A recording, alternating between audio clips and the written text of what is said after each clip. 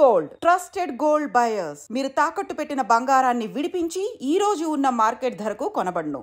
ఇంకో ప్రాబ్లం ఏంటి, ఇప్పుడు మీరు అంతకుముందు కన్వెన్షనల్ సిస్టమ్స్ ఏదైతే అనుకుంటున్నారో అది ఇప్పుడు ఏ మూలన డిస్టర్బ్ అయిపోతుంది. ఎందుకు డిస్టర్బ్ అవుతుంది?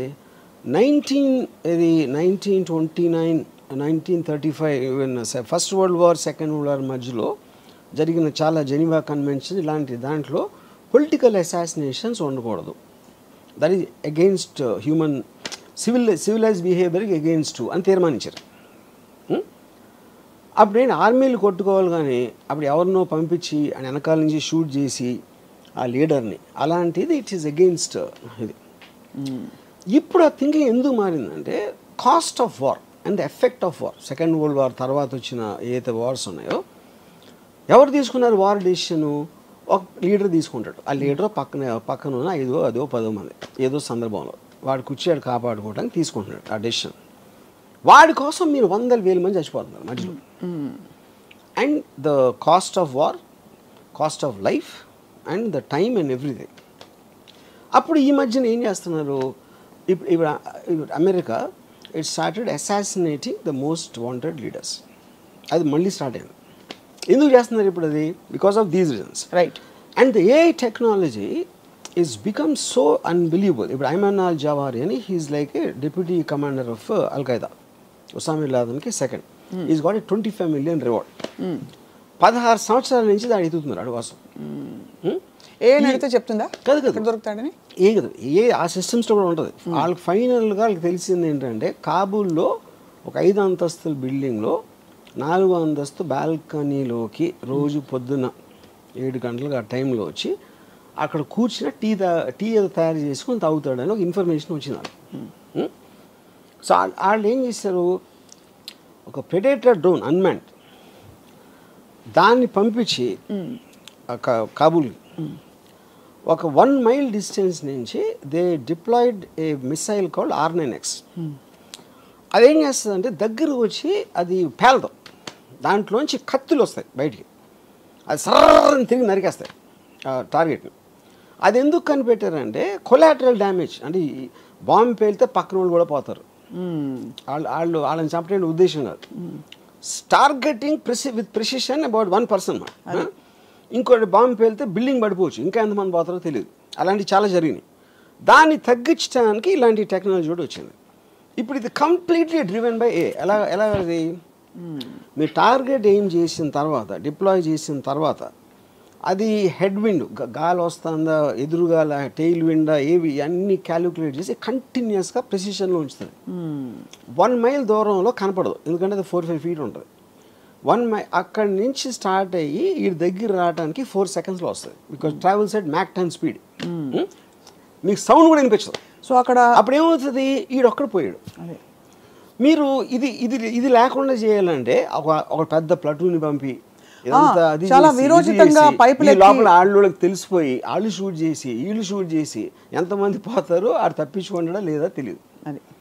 Same thing they applied. ఇప్పుడు ఇది మన రాకెట్ సైంటిస్ట్ ఉన్నాడు, మన న్యూక్లియర్ సైంటిస్ట్ ఇరాన్లో, ఆడిని ఆ పర్టిక్యులర్ దాంట్లో వచ్చి ఆడి దగ్గర కొట్టి అది లేచిన తర్వాత ఒక ఏమంటుందని లాన్లోంచి ఒక రోబోటిక్ థింగ్ చేసి మెషిన్ గన్తో కలిసింది. అండ్ మనుషులే లేరు అక్కడ, everything is done by machines control by air. అప్పుడు చాలామంది ఆలోచించింది ఏంటంటే సెకండ్ వరల్డ్ వార్ ఎందుకు వచ్చింది అసలు? హిట్లర్ని చంపటం వచ్చింది. హిట్లర్ అని కూడా స్టార్ట్ చేశాడు. అవును, సెకండ్ వార్ ఎండ్ అయిపోవాలంటే హిట్లర్ చచ్చిపోవాలి.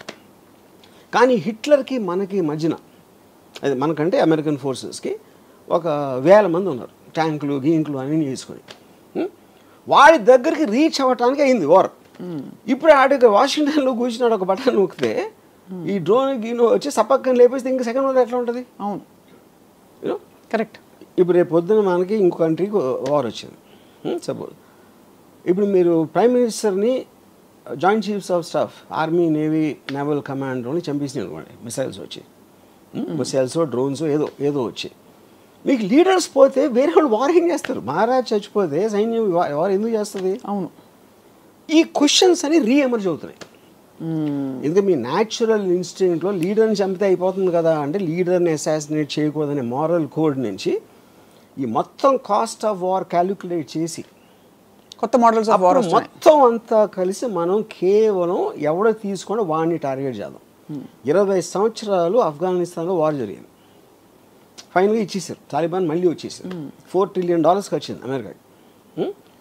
ఇప్పుడు ఆడ ఫస్ట్ నుంచి ఆడ ఆఫ్ఘనిస్తాన్ దాని చావుని మనకి ఉసామా బిన్ లాదెన్ ఒక్కడిని చంపాలి అంటే మీకు కాస్ట్, టైము, ఎఫర్ట్ ఎంత తగ్గిపోతుంది? ఖచ్చితంగా తగ్గేది. అండ్ అప్పుడు వాళ్ళు ఏమంటారు, $25 million కాకపోతే $100 million ఇస్తాం ఆయన పట్టుకుంటే. అప్పుడు వాడి చుట్టూ ఉన్న వాళ్ళు శత్రు అంటే targeted assassination killing plans is the future rather than war. అయితే థర్డ్ వరల్డ్ వార్ వస్తుంది. ఇవన్నీ ఇప్పుడు మన బంగ్లాదేశ్ ఏదైనా అవ్వచ్చు. నా పాయింట్ థర్డ్ వరల్డ్ వార్ రావడానికి ఎవడో పెచ్చోడో ఒక న్యూక్లియర్ బటన్ నొక్కేంటే అయిపోతుంది. ఆడు పిచ్చోడు మనం అనుకున్నాం, ఆడుకున్న యూజువల్ వేరే అవ్వచ్చు ఏదో. ఇప్పుడు ఏంటంటే వార్ అనేది ఎప్పుడు కూడా లీడర్స్ వాళ్ళని వాళ్ళు కాపాడుకోవటానికి వీళ్ళని బలి పెడతారు. That is actual point of war. ఇప్పుడు అంటే ఒక ఉదాహరణకు ఒక క్వశ్చన్ అడుగుతాను. ఇప్పుడు మనందరూ ఒక యావరేజ్ జీతం ఏదో ఉందనుకోండి, సపోజ్ వాట్ ఎవర్, మన క్వాలిటీ ఆఫ్ లైఫ్ ఉంది. అమెరికా వచ్చి టేక్ ఓవర్ చేసి మీ జీతాన్ని 3 రెట్లు పెంచుతుంది, మీకన్నా మంచి కార్లు ఇస్తుంది అని చెప్పింది అనుకోండి. అప్పుడు మనం ఏం చేస్తాం? అరే ఇండియా భారత్ మహాన్ అంటామా? I'm not sure about that. ఎందుకంటే మనం చాలామంది గంతులు వేసుకుంటూ వెళ్తాం కదా అమెరికాకి.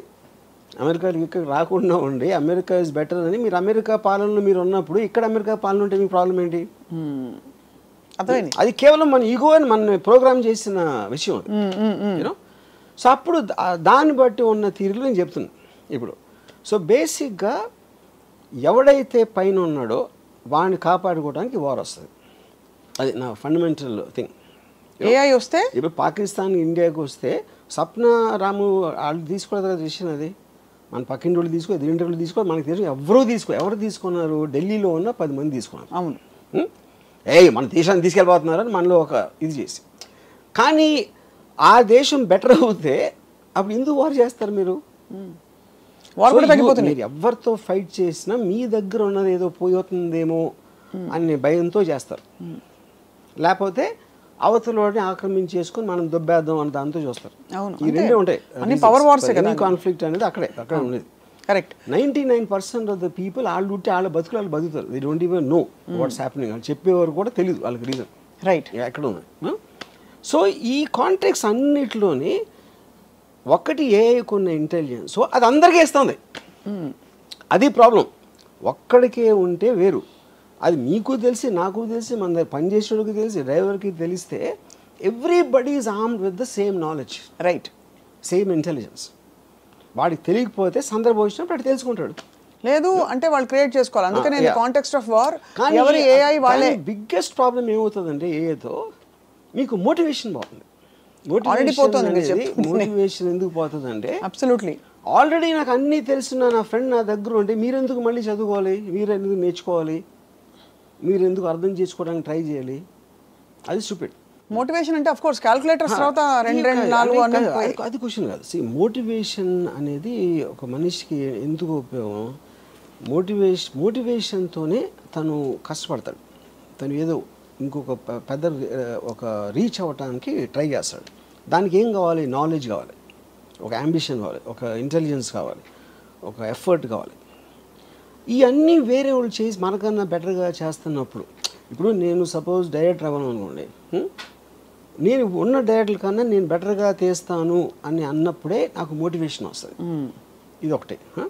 లేదా నేను రేస్ ఉన్నాను, రన్నింగ్ రేస్లో ఉన్నప్పుడు 10 మంది పరిగెడతామంటే నాకన్నా ఫాస్ట్గా పరిగెట్టేవాడు ఒక 10 అడుగులు నాకన్నా ముందు ఉన్నాడు. అవును, 10 అడుగులు దూరం ఉన్నప్పుడు ఎలాగైనా అందుకోవాలని ఇంకా నేను కష్టపడి ఇంకా పరిగెడతాను.